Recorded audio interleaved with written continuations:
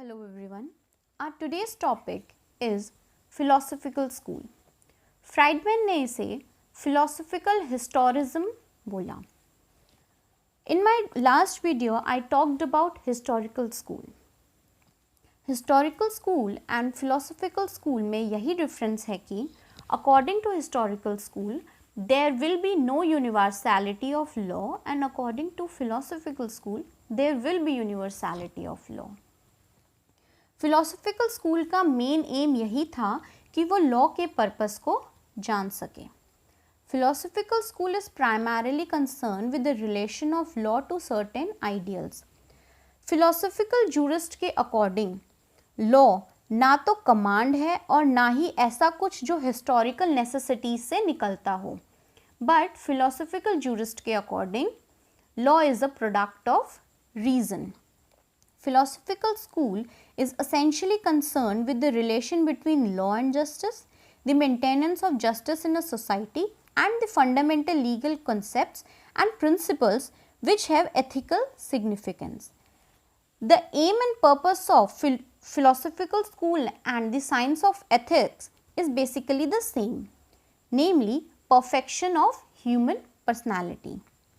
But Immanuel Kant ने अपने lecture on ethics में क्लियरली डिफ्रेंशिएट किया लॉ एंड एथिक्स में.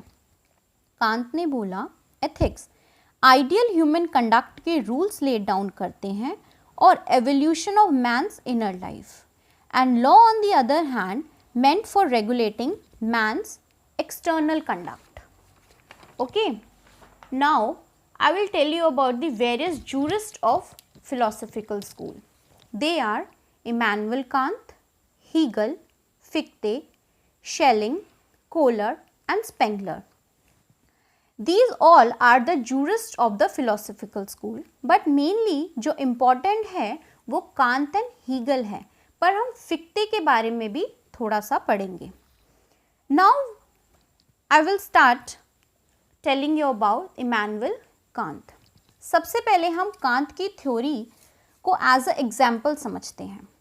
Suppose I saw a girl in the class talking with her friend while the teacher was teaching. That was something which I saw physically. So my physical perception is that she is talking. So whatever I saw physically, by the time it goes into my mind, it will get transformed according to my own intellectual thinking. I may perceive that she is violating the norms, or I may perceive that she might be talking about the studies. So depending upon the shape of my mind, it goes into my mind. Okay. Kant ने theory of transcendental idealism दी थी. उसके according man live in two kinds of world. पहला empirical, that is the physical, sensual or the practical world. दूसरा mental or the psychological, intellectual और nominal world.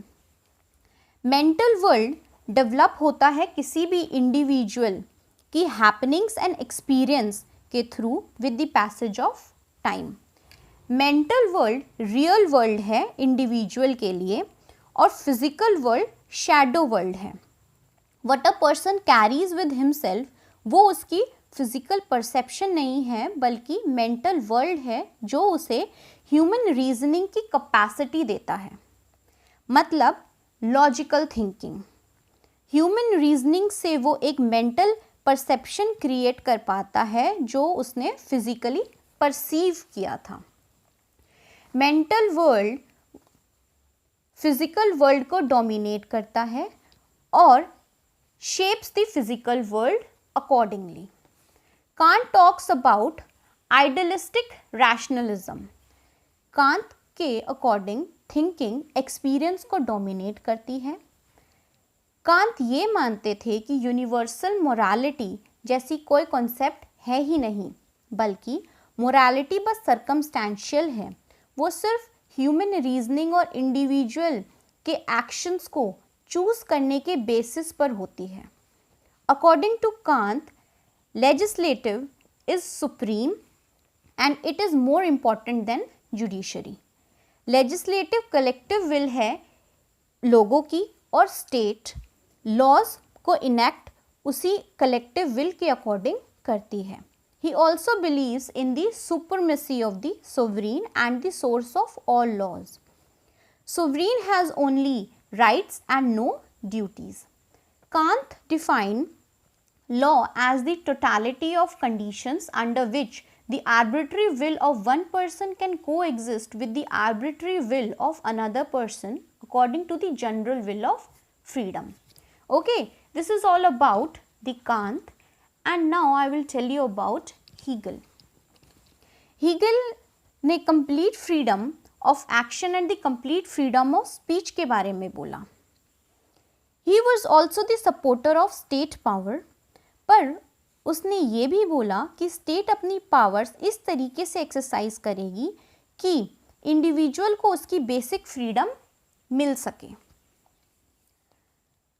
उसका मानना था कि स्टेट सोसाइटी के सारे इंडिविजुअल्स की अमैलगमेशन है, तो जो भी काम स्टेट करेगी वो ऐसा माना जाएगा कि एंटायर सोसाइटी उसे कर रही है. हेगल की यही थिंकिंग ने नाजी एंड फेसिस्ट थिंकिंग को जन्म दिया.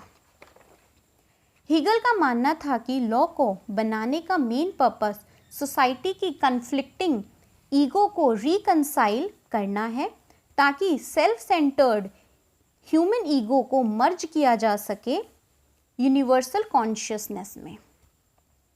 According to Hegel, the above merger take place by an evolutionary process, that is thesis, antithesis and synthesis. Thesis is the human reasoning, human behavior according to his will.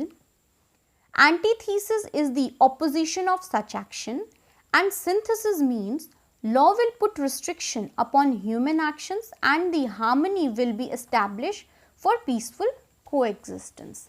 Okay, this is all about Hegel. Now I will tell you about Fichte. Fichte was the supporter of absolute individualism.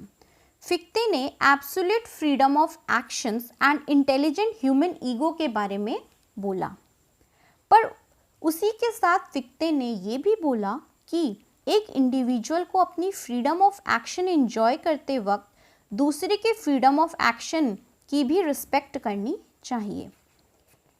Hegel की तरह ही फिक्टे ने भी individual personality को state personality में मर्ज होने के concept के बारे में बात की थी.